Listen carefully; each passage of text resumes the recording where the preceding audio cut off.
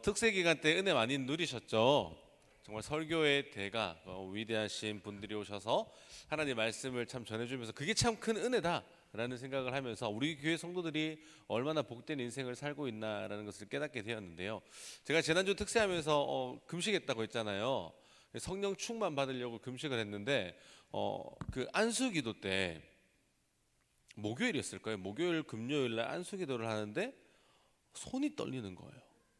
와, 제가 이거를 떨리는 손을 잡으면서 이거 떨리면 안 돼, 떨리면 안 돼 이렇게 막 속으로 막 뭐 이상하잖아요. 이게 계속 기도하는데 저는 떨고 싶지 않은데 이 손이 계속 떨리는 거예요. 아, 이게 성령 충만한가 보다.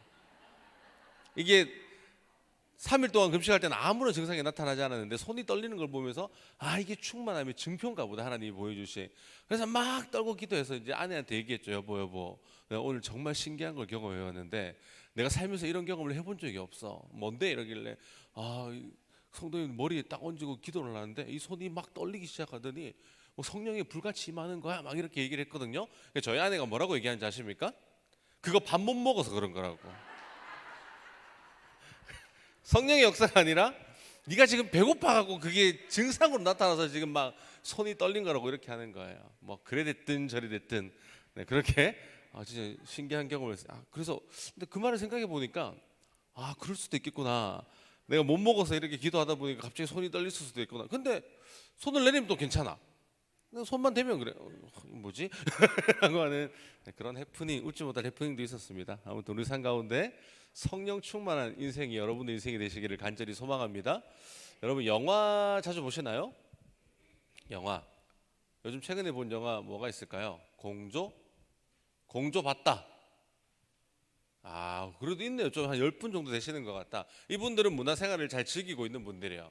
나머지 분들은 영화가 뭐고 TV에서 하는 거가 이렇게 이야기하시는 것 같은데 TV도 요즘 잘 안 틀잖아요. 그런 것처럼 영화를 보면 제가 자주 즐겨보는 주제가 있다면 도망자에 관련된 영화죠. 그런 영화도 많이 나와요. 쫓는 자와 쫓기는 자. 뭐 어떻게 보면 도망자라는 스토리가 되게 비슷합니다.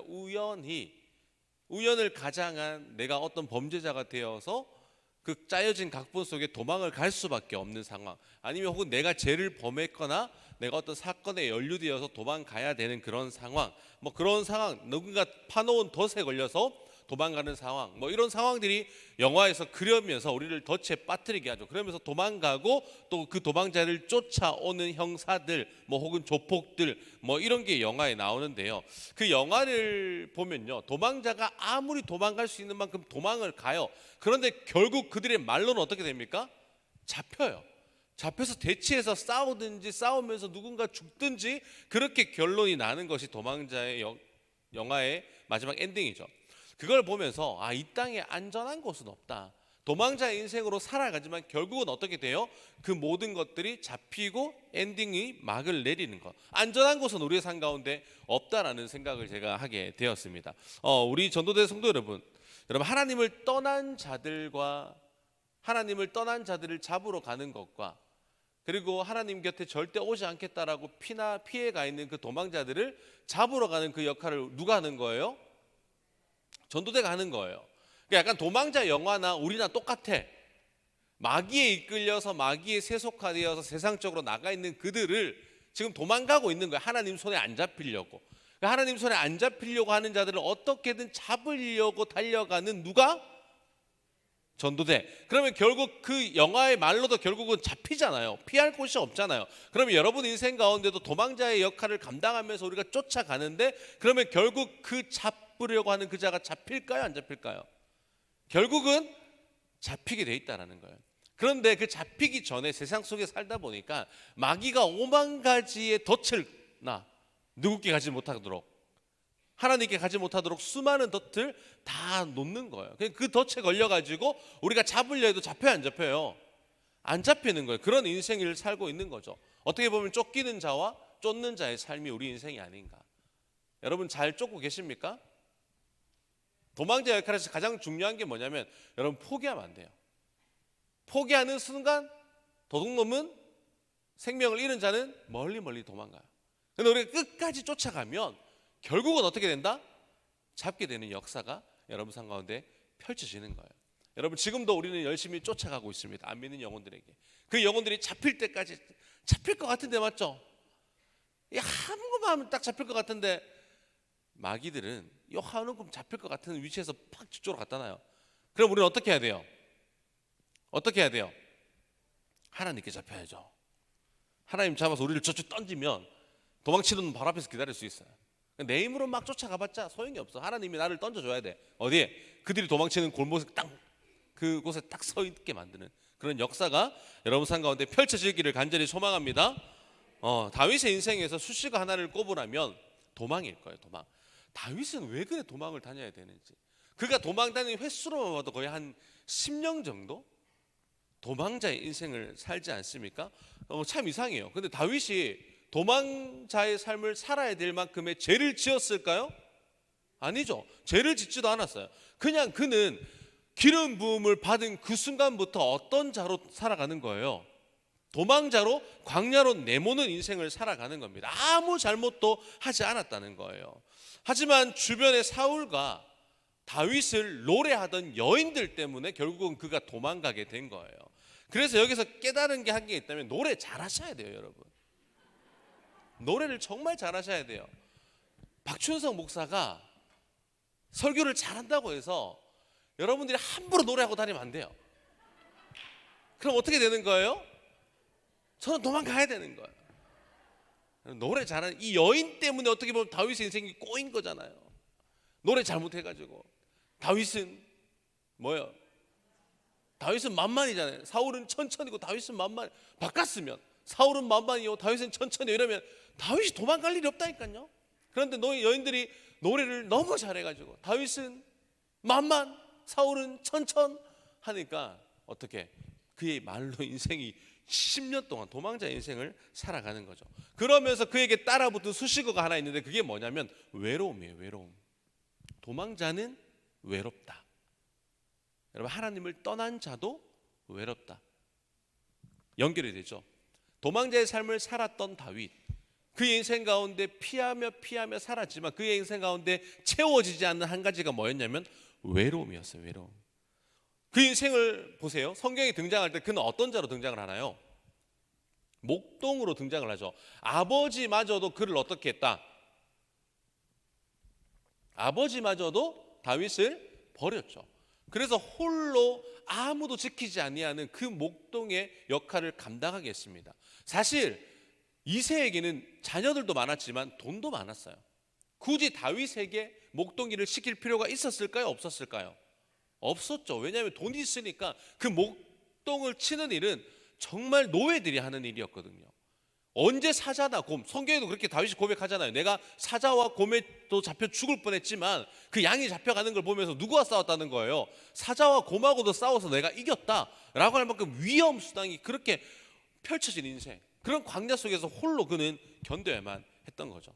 따스한 아버지의 손길보다 그 광야에 부는 그 딱 뜨거운 햇살, 저녁이 되면 그 부는 차디찬 바람을 맞아가면서 그는 홀로 외로운 인생을 살아야 됐습니다. 근데 그날 어느 날 자신의 집에 사무엘이 왔다는 소식이 들려요. 형들의 7명의 형들이 다 지나갔지만 이 사람들이 하나님께 택함받는 사람이 아니다. 결국은 다윗을 불러오게 되죠. 그때 뭐가 임합니까? 사무엘을 통해서 다윗에게 기름 부음이 임했어요. 여러분 기름 부음이 임했으면 그 다음 다윗의 인생은 어떻게 돼야 되는 게 정상적이에요? 고난의 길로 가야 돼요? 아니면 파라다이스 인생이 열려야 돼요? 여러분이 하나님의 복을 받았다고 가정합시다. 하나님께서 마음껏 복을 주셨어요. 그러면 우리 인생 가운데 아파트 사고 차 사고 여행 다녀야 되잖아요. 아니에요? 복을 받았으면 물질적인 복도 따라올 거 아닙니까? 그 복 가운데 그렇게 누리며 살아야 되잖아요. 그런데 여러분이 복을 받았는데 더 힘들어.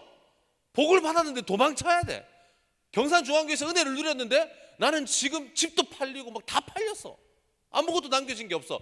그러면 그게 복 받은 거예요? 저주 받은 거예요? 인간적으로 보면 저주 받았다라고 그렇게 이야기할 수 있는 만큼, 그러니까 아무런 나타나는 증상이 없는, 기름 부음을 받았음에도 불구하고 알죠. 사무엘은 알고 하나님은 압니다. 이 자가 이스라엘의 2대 왕이 될 거라는 것은 사무엘과 하나님만 알 뿐이지 그 누구도 모르는 거예요. 그래서 그는 다시 어떻게 해요? 도망자의 인생을 살아야 되죠. 꽃길이 아닌 홀로 걸어가야 될 외로움. 왜 저는 성경을 보면서 굳이 다윗 같은 사람은 광야 안 가도 되잖아요. 그렇지 않나요? 아버지로부터 버림을 당했어.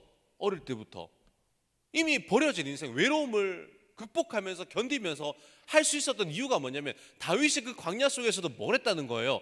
늘 언제나 악기를 통해 찬양하면서 하나님을 높이는 인생을 살았단 말이에요. 안 그래도 외로우면서 그 외로움을 달랠 수 있는 유일한 길이 하나님이었습니다. 그 하나님을 붙들고 살았으면 다윗에게 기름 부음이 임했을 때부터는 좀 펼쳐줘도 되지 않나요? 그가 왕의 길로 가도 되지 않나요? 그 어려운 순간을 이겼다고 하는 그 보상을 해줄 수 있을 만큼의 그런 값어치를 누리면 안 됩니까? 근데 왜 그는 그런 찬란한 인생이 아니라 또다시 아무도 없는 그 광야로 가야만 했냐라는 거예요. 왜 가야 됐을까? 네. 제가 이따 하려고 멘트를 적어놨었는데, 네. 자, 근데 중요한 거는 다른 거 모르겠어요. 왜 가야 됐을까? 왜 거기서 무엇을 했을까? 다른 거 모르겠지만 분명한 거 하나는 뭐냐면 그 광야 속에서도 하나님의 손길이 멈추지 않았다는 거예요. 저는 이거 하나가 정말 다윗에게 가장 큰 은혜가 아니었을까? 펼쳐질 줄 알았지만 다시 닫히는, 열려졌지만 다시 닫히는 그런 인생 가운데 또 다른 상처, 또 다른 아픔이 있었겠죠. 그럼에도 불구하고 그 광야 생활 속에서 또 다른 뭐가 있는 거예요? 하나님의 만지심이 있는 거예요.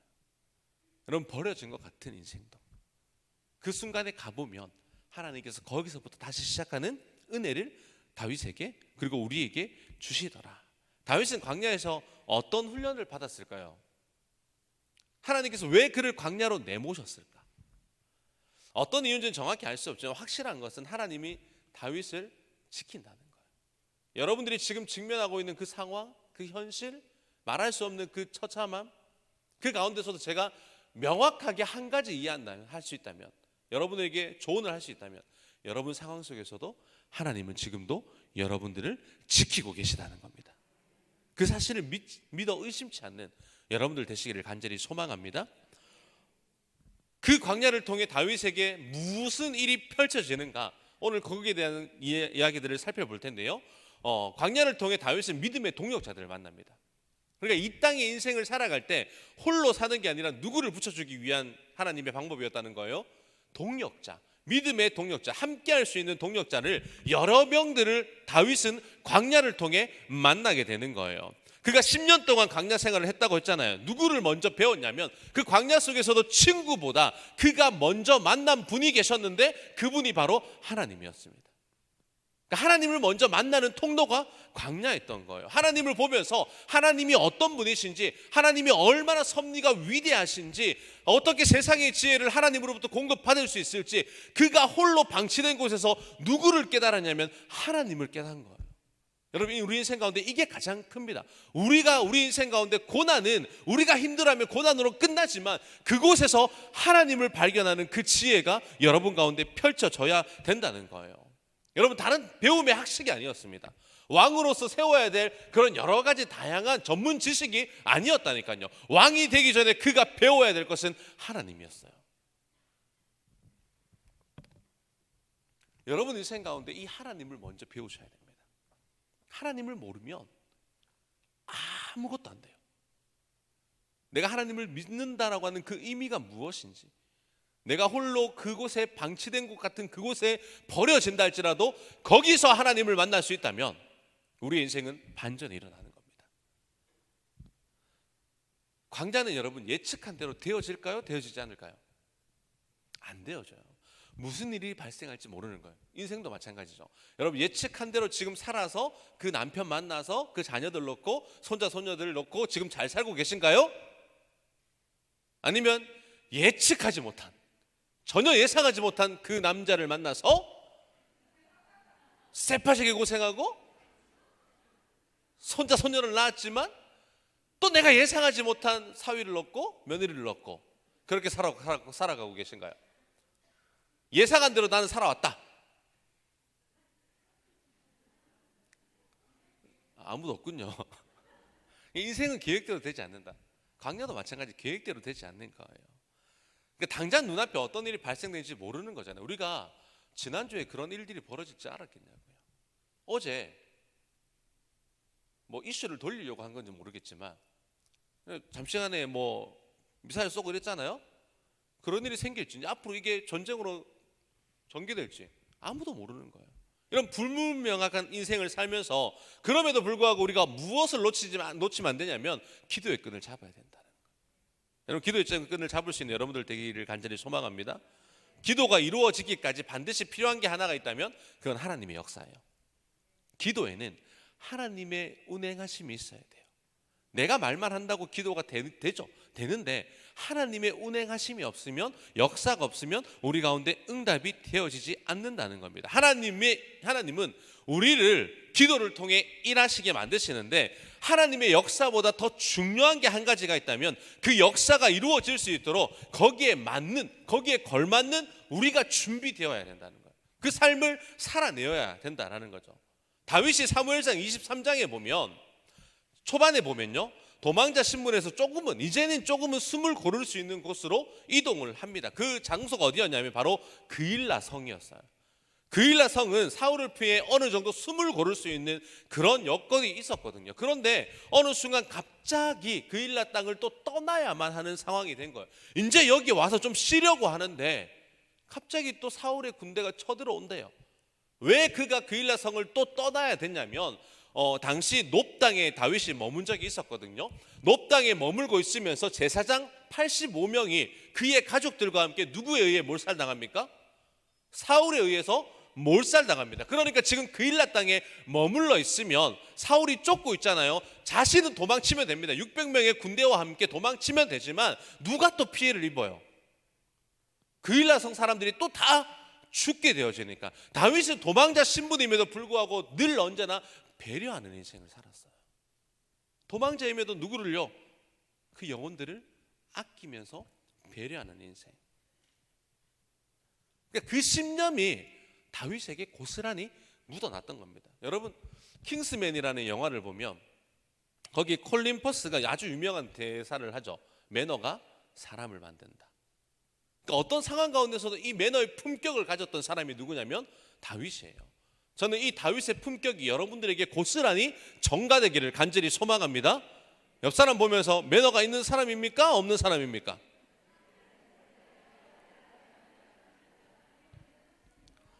매너가 사람을 만듭니다. 자, 여기서 제가 하려고 아까 해놨는데, 그러므로 휴대폰도 매너 모드로 하시기 바랍니다.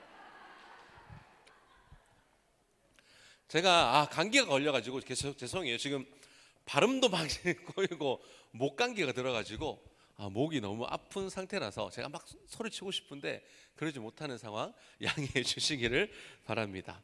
자, 다윗을 보면요, 자신도 살아야 됐지만 자기 때문에 누가 피해를 입는 걸 굉장히 힘들어했던 인물이에요. 여러분도 그렇지 않나요? 내가 힘든 건 괜찮은데 나 때문에 누가 힘들면 내가 더 힘들잖아요. 요즘 시대가 각자도생, 말은 굉장히 멋있죠. 각자도생. 그 말이 무슨 말입니까? 자신의 길을 스스로 찾아간다. 그러니까 이 땅에 험악한 인생이지만 내 혼자 내 소견에 맞게 살아간다. 뭐 말은 거창하죠. 유창하죠. 혼자 잘 살아보겠다는 말입니다. 하지만 여러분, 포장은 화려한데 그 길이 뭐냐면 결국 그 길은, 각자도생의 길은 죽음의 길이에요. 왜? 하나님께서도 혼자 살라고 이 땅에 우리를 보내지 않았습니다. 어떻게 해요? 같이 살라고, 함께 살라고, 같이 인정하면서 같이 살아가는 인생을 살도록 하나님께서 우리를 만드셨단 말이에요. 그러니까 다윗은 그일라 사람들을 살리기 위해서 다시 어디로 도망가냐면 십광야라고 하는 그 숲으로 다시 들어가게 됩니다. 아무도 없는 그 숲을 지역으로. 왜 그가 숲을 지역으로 들어가야만 했을까? 왜 그는 사람을 피해서 아무도 없는 그 다시 공간에 암흑만 남아있는 그곳으로 왜 또 들어가야 됐을까? 이유는 한 가지죠. 사람과 함께 있으면 그 사람들이 다치기 때문에. 그거를 생각해서 그는 어떻게 해요? 아무도 살지 않은 그곳에 홀로 들어가게 됩니다. 여러분, 어떻게 보면 매너를 지키면서 남을 배려하는 인생을 다윗이 살았지만 여러분, 다윗이 얼마나 힘들었을까요? 내가 원한 것도 아닌데, 내가 이 길을 가겠다고 한 것도 아닌데 그냥 일방적으로 하나님께서 은혜를 주셔서 그냥 일방적으로 성령이 이끌리신 가운데 계속 지금 피해 다니는 상황. 그러면서도 남을 배려해야 돼. 내 상황이 지금 절박한데 내 상황은 아랑곳하지 않고 누구를 배려해야 된다고요? 괜찮은 사람, 그냥 놔둬도 괜찮은 사람까지도 배려해야 되는 인생. 그게 그리스도인들의 인생인 거예요. 여러분이 지금 힘들잖아요. 안 믿는 영혼보다 지금 내가 더 힘들다니까요. 안 믿는 영혼은 잘 먹고 잘 살아. 근데 지금 누가 힘들어요?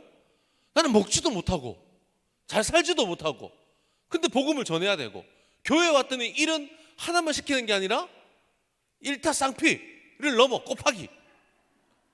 적어도 여기 앉아 계신 분들은 겸임해서 교역자만큼 일하고 계실 거예요. 맞죠? 다 그렇게 일을 하셨다가 이제 은퇴를 하시고 앉아 계신 분들도 계시고. 그래서 라떼는 말이야, 주방도 하고 목자도 하고 또 뭐예요, 교사도 하고 새가족부도 하고 양육도 하고. 라떼는 말이야, 라떼는 커피숍 가서 드시고요. 우리 인생 가운데 그렇게 모진 고난 다 당하면서 여기 앉아 계신 분들이 여러분들이에요. 그런데 우리의 태신자들은 잘 먹고 잘 살아. 그럼에도 불구하고 우리는 어떻게 해야 됩니까? 그 영혼을 쫓아야 돼요. 그 영혼을 따라가야 되는 그 심정, 그 절박한 마음. 다윗이 지금 그런 마음이에요. 왜 나는 좀 편하게 누우면 안 될까? 왜 나는 좀 쉬면 안 될까? 결국 그는 도망자 인생을 살아야 됐죠. 그런데 그 도망자 인생으로 살아가는 그때 너무 처절하고 힘들어서 외로이 골방의 구석에 딱 숨어져 있는 그때 누가 오냐면 한 사람이 찾아와요. 16절 말씀인데요, 함께 읽도록 하겠습니다. 시작. 사울의 아들 요나단이 일어나 숲풀에 들어가서 다윗에게 이르러 그에게. 누가 찾아왔다고요? 요나단이 다윗에게 찾아온 거예요. 여러분, 요나단이 찾아왔어요. 그러면 사울은 지금 다윗을 아무리 찾으려고 해도 찾을 수 있습니까? 못 찾습니까? 못 찾아요. 그런데 요나단은 어떻게 다윗을 찾을 수 있었냐는 거죠. 요나단은 여기서부터 요나단이 얼마나 다윗을 사랑했는지를 보여주는 거예요. 요나단은 다윗이 어떻게 될까 봐 늘 걱정하면서 사람을 아마 붙였을 겁니다. 자신의 사람을 다윗의 수하에 붙였을 거예요. 그래서 정갈이 오갔겠죠. 다윗이 지금 밥은 잘 먹고 있는지, 잘 피하고 있는지, 정말 어떻게든 잘 견디고 있는지, 그것이 궁금했던 거예요. 그러니까 어떤 연유인지 모르겠어요. 어떤 이유인지 모르겠어요. 갑자기 가야겠다는 마음이 요나단 가운데 생기기 시작한 거예요. 요동치기 시작한 거죠. 그래서 요나단이 누구를 만나러 갑니까? 아무도 없는 그 숲을, 그 씹광야 속으로 들어가서 다윗을 만나게 되는 장면입니다. 딱 문을 열고 딱 오는데 그 숲속에서 막 나오는데 이 사람들이 좀 경계태세잖아요. 한치 잘못하면 요나단이 죽을 수도 있는 그런 상황. 그 상황 가운데 다윗이 딱 보는데 그냥 마음이 녹아지는 거예요. 그동안 참아왔던 눈물이, 그동안 어떻게든 버텨왔던 그 힘이 다 풀리는 거예요. 누구로 말미암아? 요나단을 얼굴만 보기만 해도. 요나단도 다윗을 보는 그 순간 마음이 녹아드는 거예요. 비록 아버지로 인해서 어쩔 수 없이 대치되는 상황이지만 그럼에도 불구하고 내가 사랑했던 그 동생의 모습을 보니까 너무 마음이 찡한 거예요. 여러분, 우리 인생 가운데 저는 이 장면을 보면서 우리 인생 가운데 요나단도 있고요, 다윗도 있어요. 여러분이 지금 다윗의 인생을 걸어가고 있는 분들도 계시고 요나단을 지금 기다리고 계신 분들도 있을 겁니다. 저는 이런 만남의 관계 속에서 여러분에게 이렇게 질문을 하나 하고 싶어요. 여러분은 요나단입니까? 아니면 다윗입니까? 내가 지금 요나단으로서 그 역할을 감당하며 누군가 힘들어하는 사람에게 먼저 지금 다가가고 있습니까? 아니면 다윗처럼 지금 주저앉아 있습니까? 명확한 것은 여러분이 다윗이든 요나단이든 상관없이 하나님께서는 다윗에게 요나단을 붙여주세요. 요나단에게는 다윗을 붙여주시는 거예요. 하나님은 그렇게 해서 우리를 다시 어떻게 일어나게 하시느냐, 결국 요나단이 와서 다윗에게 한 말이 뭐냐면 이런 거예요. 하나님을 힘있게 의지하게 하였는데, 다른 거 없습니다. 요나단을 보는 그 순간부터 다윗에게는 누구를 힘입어? 하나님을 힘입어 이제 더욱더 의지할 수 있을 정도로 만들어주는 거예요. 아, 하나님 살아계시구나, 하나님 죽지 않으셨구나, 나 버려둔 거 아니구나, 나 방치된 거 아니구나. 요나단을 보는 그 순간 힘이 없던 다윗, 지금 이 말의 뜻이 뭡니까? 하나님을 힘있게 의지하게 해야 했다는 말은 지금 다윗이 흔들렸다는 말이에요. 너무나도 도망자 인생을 살다 보니까 이게 과연 하나님이 살아계심의 증표야? 나 이제 그만하고 싶어 라고 흔들리는 그 순간에 하나님은 그 흔들리는 그 순간에 요나단을 보내서 뭐라고요? 하나님을 더욱 힘있게 의지할 수 있는 방편으로 만들어 주셨다는 거예요. 요나단이 와서 뭘 했어요? 그냥 그가 온 것뿐입니다. 와서 다른 말 하지 않아요. 다윗아, 하나님을 더 힘있게 의지해 라고 하는 그 단 한마디. 여러분, 다윗의 입장에서 한번 생각해 보세요. 얼마나 불안했겠습니까? 가족이 함께 있는 것도 아니고 가족은 지금 잡혀 있는 상황이죠. 언제 어떻게 자기 혼자 있으면 괜찮은데 수하에 600명이라고 하는 부하들이 있는 거예요. 나를 믿고 따르는 자가 600명이 있습니다. 그러니까 여러분, 아무리 힘들어도 내색할 수 있을까요? 없을까요? 없는 거예요. 정말 어렵지만, 정말 포기하고 싶지만, 다 내려놓고 싶지만 다윗은 지금 그럴 수 없는 상황입니다. 어떻게든 정말 있는 힘을 다해서 버텨야만 하는 그런 심정. 그러니까 자신의 체력도 지쳤죠. 영적으로도 무기력했죠. 정말 이제는 한순간 딱 생각만 놓으면 다 포기할 수밖에 없는 그 상황에 하나님께서는 요나단을 보내시는 거예요. 여러분, 혹시 다윗의 인생을 살고 계신 분들이 여기 아마 많을 거예요. 아, 연말이 되니까 다 포기하고 싶어. 다 내려놓고 싶어요. 그런 분들은 마음속으로 제가 다윗이에요 라고 마음속으로 한번 외치시고, 여러분, 그런 분들에게 하나님께서는 포기하지 않으십니다. 하나님께서는 요나단을 보내세요. 교회도 마찬가지죠. 하나님은 여러분들을 통해 누구를 보내시냐면 요나단을 보냅니다. 그래서 누구를 다시 살리십니까? 지쳐있는 우리를 다시 살리시기 위한, 그 살리기 위한 하나님의 끊임없는 역사.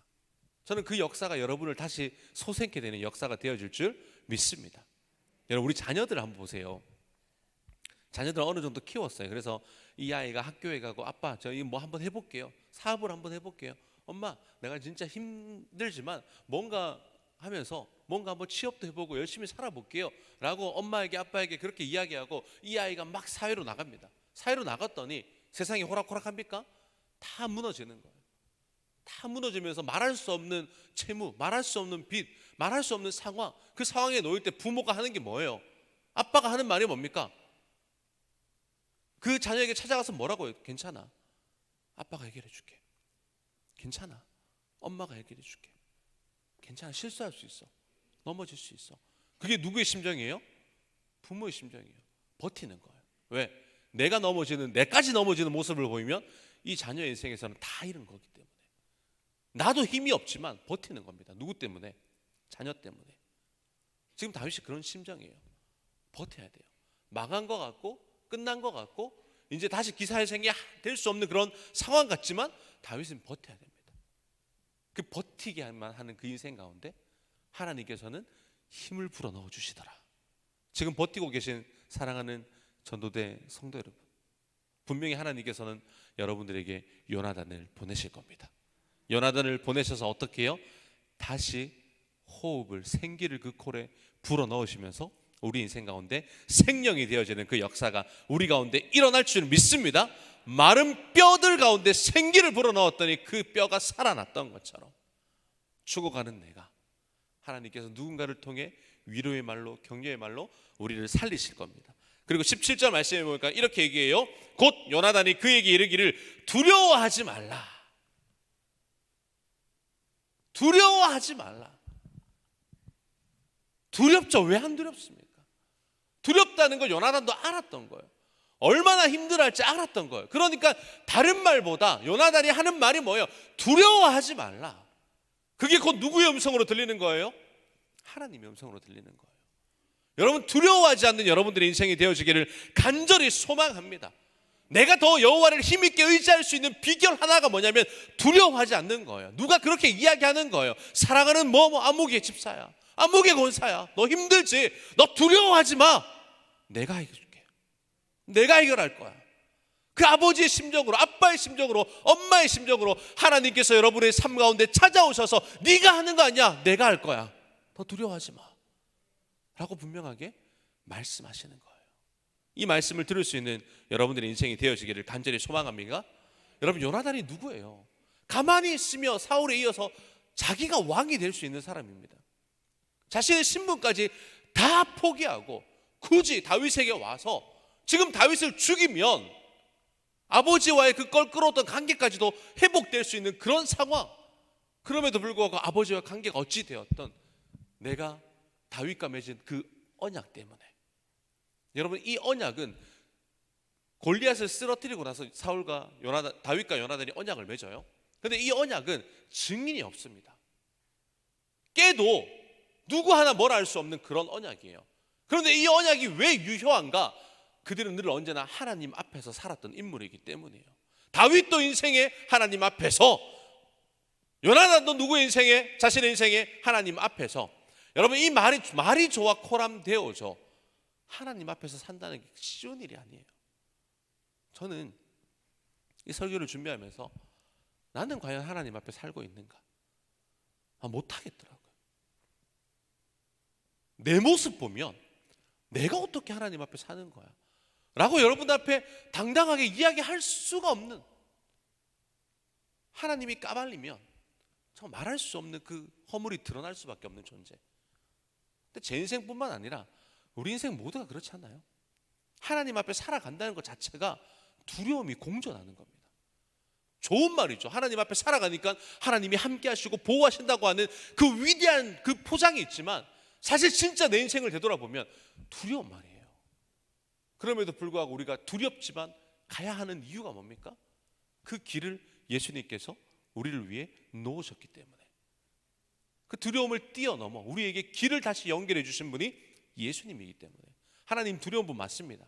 그래서 유대인들은 하나님이라고 하는 이름 자체를 부르지 않잖아요. 여러분, 주기도문 할 때 하늘에 계신 뭐라고 부릅니까? 우리 아버지요. 여러분, 유대인들에게는 안 되는 거예요. 주기도문 가운데 가장 큰 위대한 그 기도문이 뭐냐면 하늘에 계신 우리 아버지라고 부를 수 있는 그 특권이 자녀들에게 주어졌다는 것이 얼마나 큰 특권인지 아십니까? 유대인들은 지금도 못 불러요. 거룩한 그 이름을 망령되이 일컫지 말라라고 하는 그 말 때문에 하나님이라는 이름을 부를 수가 없습니다. 그래서 아도나이라고 부르잖아요. 여호와 이름 부를 수가 없는 거예요. 그러니까 예수님께서 오셔서 주기도문 앞으로 너희는 이렇게 기도해라. 하늘에 계신 우리 아버지여, 모든 걸 다 깼습니다. 우리 아버지라고 부를 수 있도록. 그런데 우리는 그 특권을 누리고 있냐라는 거예요. 유대인들은 지금도 주기도문을 할 수 없습니다. 왜? 하나님의 이름을 망령되이 일컬을까 봐. 그런데도 예수님께서 우리에게 가르쳐 주신 그 위대한 기도문이 뭡니까? 하늘에 계신 그분이 나의 아버지가 되는 것. 여러분이 지금 아버지로 고백한다는 것 자체가 축복이에요. 놀라운 하나님의 역사인 겁니다. 그러니까 복음을 전할 때 이 사람이 나를 따라해 보세요, 하나님 우리 아버지라고 했을 때 안 믿는 영혼들이 하나님 우리 아버지, 그게 역사예요. 아무나 그렇게 하나님을 우리 아버지라고 부를 수 없습니다. 여러분, 그런 특권을 우리에게 주셨다는 거죠. 여러분의 인생 가운데 힘들었던 적은 언제입니까? 말하지 마시고 아버지야 이렇게 질문을 하고 싶어요. 여러분이 그때 가장 힘들 때 찾아왔던 요나단은 누구였을까요? 나는 다윗인가? 요나단인가? 어떤 목사님이 그렇게 이야기하더라고요. 그분 참 재미난 분인데, 다윗은 내가 할게요, 여러분은 요나단만 하십시오, 이렇게 이야기하는 거예요. 그러니까 힘든 건 내가 할 테니까 여러분들은 나를 위로하라라는 거예요. 와서 그 말도 맞는 말이죠. 앞에 선 리더가 모든 걸 여러분을 안고 갈 테니까 여러분들은 누구의 역할만 하라는 거예요? 요나단의 역할만 해서 그냥 와서 그냥 있어 주기만 해도 그게 힘이 된다, 뭐 그런 의미 아니겠습니까? 그러니까 먼저 찾아가서 얼굴만 보여줘도 해결될 것 같은 사람. 지금 아마 여러분 주변에는 여러분의 전화 한 통을 기다리고 있는 분들이 계실 거예요.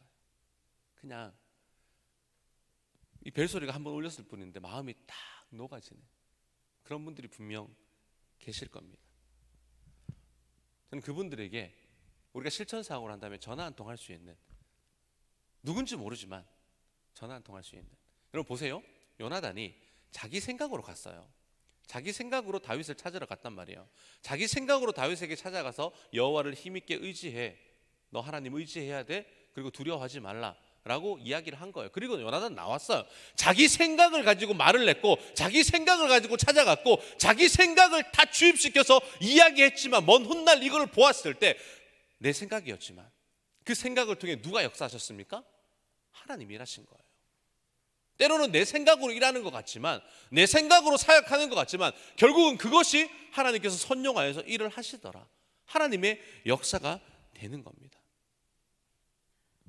여러분, 하나님을 힘있게 의지한다는 것. 제가 사실 이 설교를 언제 준비했냐면 한 1년 넘었을 거예요. 이거 준비할 때 모르겠어요. 그냥 공허하더라고요. 너무 사역도 힘들고 그냥 공허함이 찾아왔으면 내가 사역해도 되나? 또 오래전이라서 어떤 연유 때문에 그랬는지 모르겠지만 굉장히 힘들었던 것 같아요. 힘들 때 제가 우연히 이 본문을 읽었던 거예요. 그럼 저도 모르게 타이핑을 쳤어요. 근데 치면 칠수록 회복이 되는 겁니다. 아, 요나단, 그가 단 한마디 던져내 다윗에게 하나님을 더 힘있게 해 라고 하는 그 딱 한마디. 결국 뭐가 나를 회복시켰냐면 하나님의 말씀이 나를 회복시키더라. 하나님의 텍스트에 있는 살아있는 이 말씀이 나를 이렇게 세우더라. 여러분, 결국 하나님 말씀이 여러분들을 세우실 겁니다. 하나님 말씀이 여러분을 다시 한 번 더 힘있게 의지할 수 있도록 붙들어 주실 겁니다. 여러분, 그 사실을 믿어 의심치 않는 여러분들의 인생이 되어지기를 간절히 소망합니다. 저는 사람들이 말을 많이 하잖아요. 옆 사람 보세요. 말을 많이 하는 사람이에요? 적게 하는 사람이에요? 여러분, 말에도 품격이 있는 거 아십니까? 말에도 품격이 있어요. 어떤 좀 유명한 강의사라고 해야 되나요? 그 사람이 이런 말을 하더라고요. 피구의 말을 하는 사람이 있고 캐치볼의 말을 하는 사람이 있대요. 근데 우리는 대부분 어떤 말을 하냐면 피구의 말을 해요. 피구는 뭡니까? 여러분, 피구 해보셨죠? 죽여야 돼요. 다른 거 필요 없어요. 뭐 피한다 필요 없고, 던지는 입장에서 여러분 어떻게 해야 돼요? 내 오늘 저 원 안에 있는 사각형 안에 있는 저 사람을 어떻게 죽여야 된다. 맞춰서 죽여야 된다. 여러분, 우리는 태어날 때부터 어떤 말을 잘 배우냐면 피구의 말밖에 할 줄 모르는 거예요. 그러니까 말을 해도 일방적으로 저 사람을 내 오늘 죽이고 만다라고 하는 그런 말로 계속 쏟아붓습니다. 그러니까 그 말을 받은 입장은 어떻게 해요? 맞았으니까 죽는 거예요. 근데 이게 수많은 대한민국의 사람들이 태생부터 가지고 있는 마음이에요. 왜? 캐치볼의 말을 배운 적이 없어요. 늘 언제나 일방적으로 내가 중요하기 때문에 내 입장만 생각해서 쏟아붓는 거예요. 그러니까 결국 어떻게 피구의 말을 하면 죽을 수밖에 없는 것. 그게 피구의 말이고요. 캐치볼의 말이 뭡니까? 이거는 배운 적이 없어요. 캐치볼은 여러분 글러브 양쪽 끼고 서로 받는 거예요. 간다, 받아라. 이거 서로 갔다 오고 가며 받으면서 운동을 하는 게 캐치볼입니다. 그러니까 우리의 말도 아 했으면 해야죠. 일방이 아니라 쌍방이라는 걸 알아야죠. 캐치볼의 말은 절대 상처받지 않습니다. 왜? 그 사람을 먼저 생각해서 공을 던지거든요. 캐치볼의 말은 그 사람을 생각해서 말을 해요. 그러면 그 말을 받은 사람은 저 사람을 생각해서 또 말을 해줍니다. 근데 우리는, 여러분은, 저는 캐치볼의 말을 하고 있을까요? 피구의 말을 하고 있을까요? 저는 피구의 말을 하고 있더라고요. 어제도 아내와 싸웠어요. 아침에 제자 훈련 들어가는 그 아내와 설교 준비 다 했냐? 텍스트를 아직 안 쳐서 계속 저는 늦게 쳐요. 묵상한다고. 안 쳤는데 니는 왜 아직도 설교를 안 썼냐? 부터 시작해서 막 쏟아붓는 거예요. 다른 거 건드리면 다 참는데 뭘 건든 거예요? 설교를 건든 거예요. 딱 받치는 거예요. 너무 화가 나는 거예요. 저도 이제 뭐 이때부터는 자기가 먼저 픽으로 내가 죽이겠다고 던졌으니까 내가 캐치볼 할 필요는 없잖아요. 그래서 그대로 그냥 막 달렸더니 결국은 아내도 상처받고 저도 상처받고 결국은 남자가 또 풀어야 돼. 남자와 여자가 싸우면 절대 아내가 먼저 안 풀어. 또 결국은 내가 또 캐치볼의 말을 하면서 아까는 미안했어, 내가 왜 그랬는지 몰라 라고 하면서 다시 결국은 캐치볼의 말로 들어가야 되는. 그러니까 우리는 너무 내 뭔가를 건들면 죽자고 막 달려붙는 것이 우리 성장 속에 있습니다. 그래서 여러분, 사람을 살리는 말을 하십시오. 캐치볼의 말을 훈련하셔야 돼요. 이 말을 통해서 저 말을 받으면 저 말이 어떻게 돌아올까, 그 말을 할 수 있을 때 사람을 살리는 그 역할이 됩니다. 여러분, 결국 요나단이 다윗을 살릴 수 있는 길이 뭐였냐면 힘 있는 말이죠. 그러면 이것을 현대로 따져서 마지막으로 우리가 적용을 하고 마치겠습니다. 여러분, 요나단처럼 다윗에게 다가갈 수 있는 길이 뭘까요? 지금으로 따지면 뭐가 있을까요? 너무 어렵게 생각하지 말고요. 뭐가 있을까요? 너무 고상하게 어떻게 하면 요나단처럼 나도 하나님의 말씀을 멋있게 할까? 이게 아니라 여러분, 뭐 딴 거 없어요. 제가 어제 카톡을 하나 받았어요. 이 카톡이 뭐냐면 합격 통지서를 받은 집사님께서 기도 제목에 응답되었다라고 하는 카톡 메시지가 저한테 딱 온 거예요. 그 메시지를 받는 순간 제가 기뻤을까요? 안 기뻤을까요? 기뻤죠. 기뻤지만 다 채워지지 않는 기쁨이 있었어요. 근데 어느 순간 갑자기 카톡 떠올리는 거예요. 그러면서 딱 봤는데 선물이 도착했습니다. 뭐가 도착했다고요? 기프트콘이 도착을 한 거예요. 막 기프트콘 얘기하니까 그건 뭐 어떤 아이스크림이고 막 이러시는 분들이 있는데, 여러분, 선물이 도착한 거예요. 그냥 그걸 딱 여는 순간 다 해결됐어. 어제 힘들었던 거 막 뭐 공연 문화 행축 뭐 하냐 안 하냐 이런 것도 스트레스 받았던 거 싸그리 다 사라졌어요. 그게 여러분 요나단이 힘있게 했던 거예요. 제가 여러분이 이 말을 했을 때, 아, 목사가 뭐 저렇게 이야기할 수 있어? 네, 저는 그렇게 이야기할 수 있을 것 같아요. 제가 그렇게 고상한 품격을 가진 사람이 아니거든요. 여러분, 모든 게 힘들 때, 여러분, 누군가 갑자기 지쳐 있는데 카톡 하나가 와, 스타벅스 커피 한 잔이 왔어요. 여러분, 끝난 거예요. 그러면 뭐 고상하게 뭐 말로 위로하고, 요즘 그 옛날 시대의 말로 위로하고 이렇게 했죠. 요즘에는 너 힘들지라는 말보다 이거 한 잔 먹고 힘내, 이게 끝이에요. 이게 트렌드가 바뀌었다니까요. 여러분, 그러니까 여러분, 이게 성경적인 거 아세요? 선물을 주는 게. 여러분, 야곱과 에서가 싸웠어요. 에서가 야곱을 죽일 생각으로 몇십 년 동안 참았어요. 그때 야곱이 에서를 만나러 올 때 어떻게 합니까? 에서에게 선물을 한 그릇 싸갖고 먼저 보내요. 그 선물을 받은 에서가 어떻게 해요? 마음이, 돈이 있으면 나도 이런 선물 받을 만한, 줄 수 있을 만큼의 능력이 되지만 마음이 싸그리 녹았다니까요. 그리고 화해합니다. 여러분, 다른 게 아니에요. 말하는 세대는 끝났어. 이제 선물의 세대. 작은 거 하나 주면 끝나요. 그게 여러분 그 사람을 살리는 길입니다. 여러분들이 왜 행축하면서 그 콩조가리 그 뭐 청국장 그거 2개짜리 그거 준다고 무슨 마음이 열립니까? 그 사람들이 그거 못 사 먹겠어요? 그런데 왜 그 사람들이 마음이 열리는 거예요? 선물이니까. 여러분, 목자들에게, 여러분들에게 우리가 다 나갈 때 선물 안 주고 좀 열심히 한 사람만 선물 주면 삐져요, 안 삐져요? 별거 아닌데 삐져요, 안 삐져요? 삐지는 거예요. 이 선물이 얼마나 가치가 있냐, 그게 중요한 게 아니라 그 속에 담겨진 마음이 있기 때문에. 여러분, 늘 언제나 우리는 뭐 귀한 걸 줘야 된다. 저도 약간 고민이 돼요. 담임 목사님께 선물을 할 때 어떤 걸 해야 될까? 뭐 5만 원짜리면 너무 작지? 10만 원 하면 이것도 좀 작나? 갈등이 되고 고민이 되는 그 순간, 그건 선물이 아니에요, 맞죠? 근데 선물은 금액과 상관없이 마음을 드리는 거예요. 그러면 모든 문제가 해결됩니다. 막 세속적이라고 저에게 하실 수 있는데 세속적 맞습니다. 저는 뭐 치장하지 않을게요. 주면 좋은 거죠. 안 주면 아픈 거고. 저의 인생이 아니라 우리 인생이 그렇지 않을까요? 여러분, 결국은 이렇게 끝내면 좀 이상할 것 같으니까 이렇게 끝내면 결국 여러분들이 제 핸드폰에 선물이 와야 되잖아요, 맞죠? 이렇게 끝내면 너무 이상하니까 그럼 결국은 포장을 제가 또 해야 됩니다.